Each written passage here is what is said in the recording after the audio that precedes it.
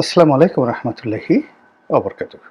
সম্মানিত দর্শক, ব্যাংককে নরেন্দ্র মোদী এবং ডক্টর মোহাম্মদ ইউনূসের বৈঠক এবং সেই বৈঠকে ডক্টর মোহাম্মদ ইউনূস শেখ হাসিনাকে বাংলাদেশে ফেরত দেওয়ার ব্যাপারে যে অনুরোধ করেছেন, এটি বাংলাদেশ ভারত সম্পর্কের ক্ষেত্রে একটি নতুন অধ্যায়।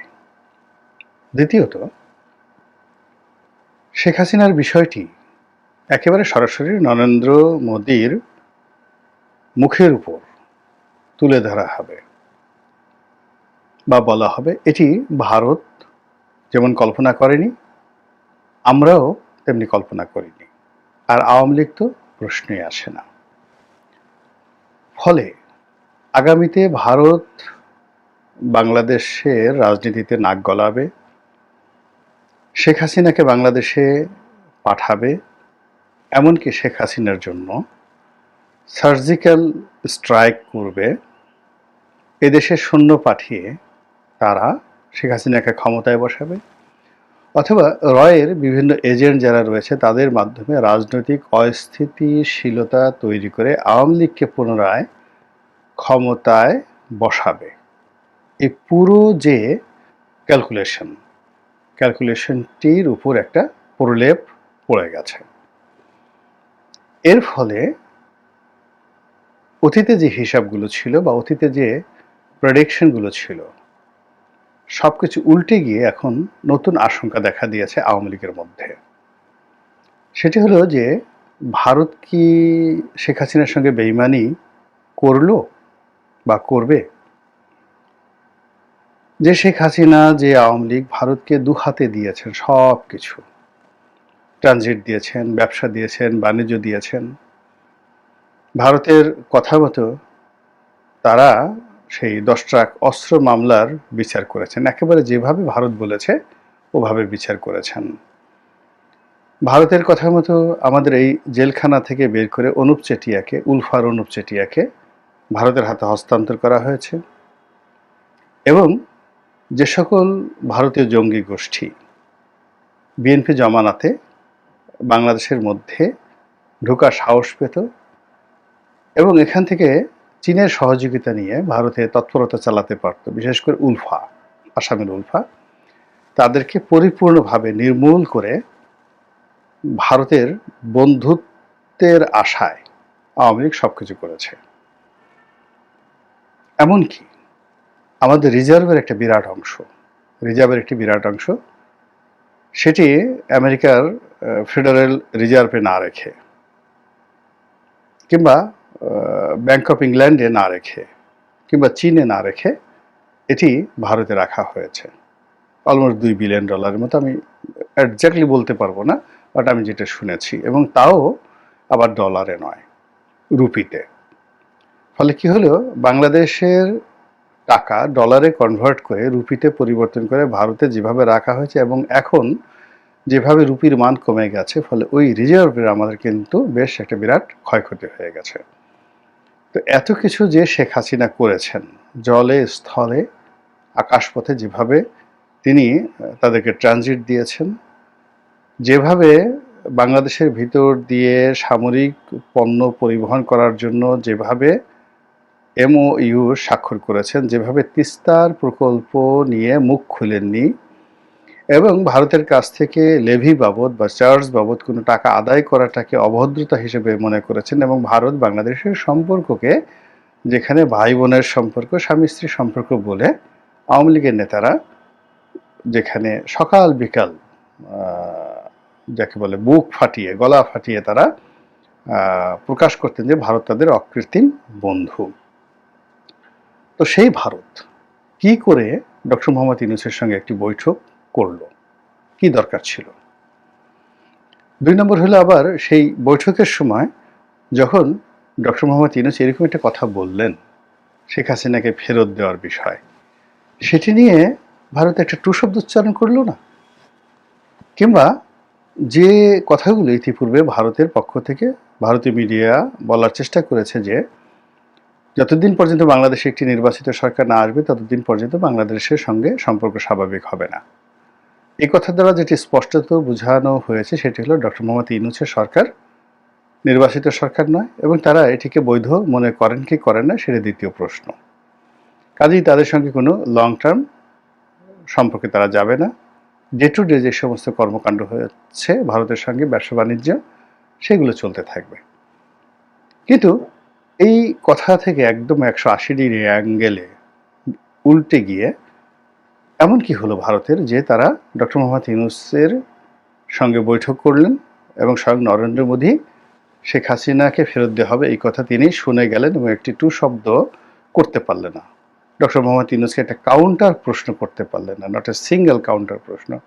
তিনি যে সকল কথাবার্তা বলেছেন, ভারতীয় পররাষ্ট্র সচিব মিস্টার বিক্রম মিশ্র তিনি যে সকল কথা বলেছেন, বা মিস্টার নরেন্দ্র মোদী তার টুইটে যে সকল কথা বলেছেন, এগুলো খুবই গতানুগতিক। তারা সীমান্তে অনুপ্রবেশ করতে দেবে না, সীমান্তে কড়াকড়ি হবে।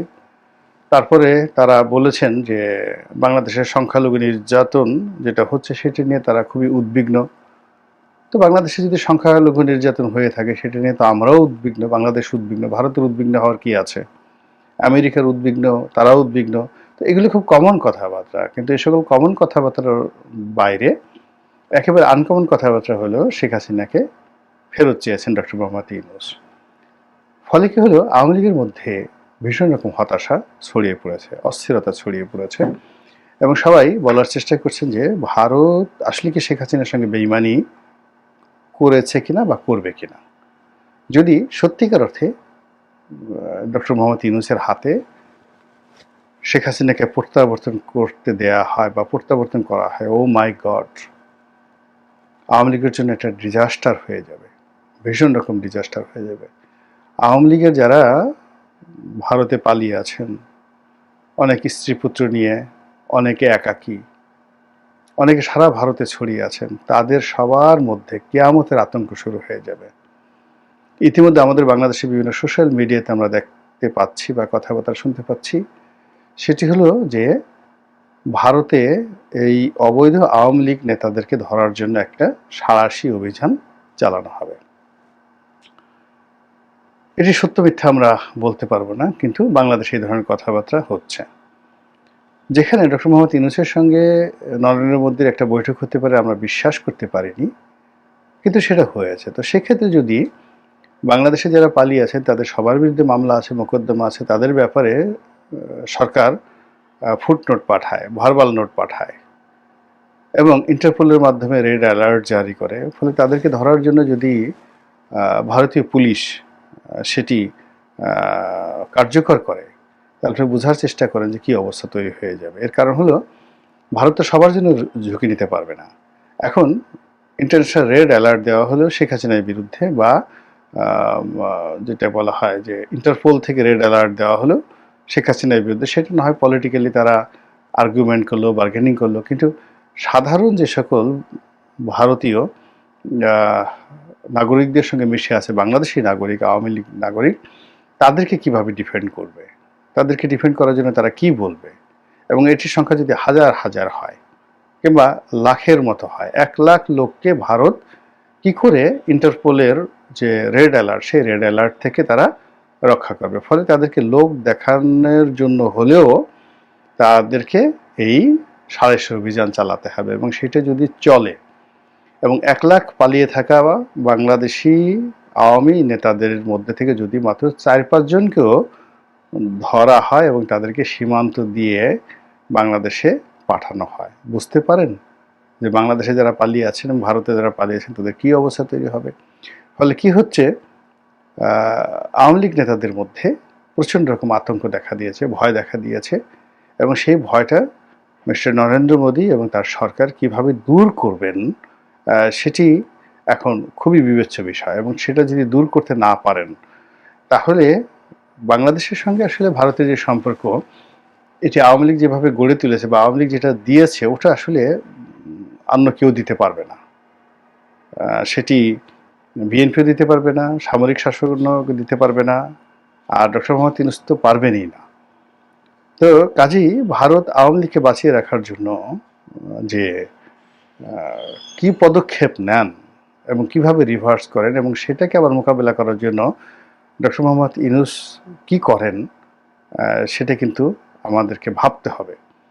এর কারণ হলো এই রাজনৈতিক যে কূটচাল, চাণক্য নীতি, এই চাণক্য নীতির ফলে ভারতের যেভাবে খণ্ড বিখণ্ড হয়ে যাওয়ার সম্ভাবনা রয়েছে, বাংলাদেশেও কিন্তু একই সম্ভাবনা রয়েছে। অনেক সময় বেশি যে সকল সাপুড়ে খুব বেশি খেলে তারা কিন্তু সাপের কামড়েই মারা যায়। আওয়ামী লীগের সঙ্গে ভারত খেলেছে, ৭৩ সনে খেলেছে, ৭৪-এ খেলেছে, এমনকি মুক্তিযুদ্ধের সময় খেলেছে। স্পষ্টতই মুক্তিযুদ্ধের সময় ভারতের যারা দালাল ছিল তাদের কে ভারত যেভাবে হ্যান্ডেল করেছে, আর আওয়ামী লীগের মধ্যে যারা ভারতের দালাল ছিলেন না, বেশ করে বঙ্গবন্ধু ভারতের দালাল ছিলেন না, একথা সত্য। তিনি স্বাধীনতা চেয়েছেন, সার্বভৌমত্ব চেয়েছেন, অখণ্ড পাকিস্তানের প্রধানমন্ত্রী হতে চেয়েছেন, হোয়াট এভার ইজ বেটার, যেটা আগে আসে। কিন্তু তিনি ভারতের দালাল হবেন বা হতে চেয়েছেন, এটা সম্ভব নয়, বিশ্বাস করা সম্ভব নয়। এটি যারা রাজনৈতিক বিশ্লেষক, যারা ইতিহাস জানেন, তারা খুব ভালো করে জানেন যে বঙ্গবন্ধুর সঙ্গে আসলে দিল্লির কেমন সম্পর্ক ছিল আর পিন্ডির কেমন সম্পর্ক ছিল। তিনি অখণ্ড পাকিস্তান চেয়েছেন, শেষ সময়টা পর্যন্ত প্রাণান্তভাবে তিনি চেয়েছেন, এটা সত্য কথা। তারপর তিনি অখণ্ড পাকিস্তানের মধ্যে বাংলাদেশের মান মর্যাদা, স্বায়ত্ত শাসন এসব পরিপূর্ণভাবে তিনি চেয়েছেন, বাঙালি অধিকার চেয়েছেন। কিন্তু তিনি বিচ্ছিন্নতাবাদী হতে একেবারে চেয়েছেন, স্বাধীন চেয়েছেন। এটি যদি 25শে মার্চ ঘটনা না ঘটতো তাহলে এটি হতো না। 25শে মার্চে পাকিস্তানি কারণেই মূলত 26শে মার্চ ঘটেছে, এটা বাস্তবতা, এটা কোনো অস্বীকার করার উপায় নাই। আর ভারত সেই আগরতলা ষড়যন্ত্র মামলা থেকে শুরু করে 1958 সন থেকে বাংলাদেশের বিরুদ্ধে যেভাবে লেগে আছে এবং যেভাবে আওয়ামী লীগের মধ্যে তাদের দালাল শ্রেণী তৈরি করে রেখেছিল, সেই দালালদের কারণে মুক্তিযুদ্ধের সময় মুজিব বাহিনী হয়েছে, সেই দালালদের কারণে জাসদ হয়েছে, সেই দালালদের কারণে খন্দকার মোশতাক তৈরি হয়েছে, সেই দালালদের কারণে বঙ্গবন্ধুর হত্যাকাণ্ড ঘটেছে। একই অবস্থা আওয়ামী লীগের ক্ষেত্রে হয়েছে 2014 থেকে।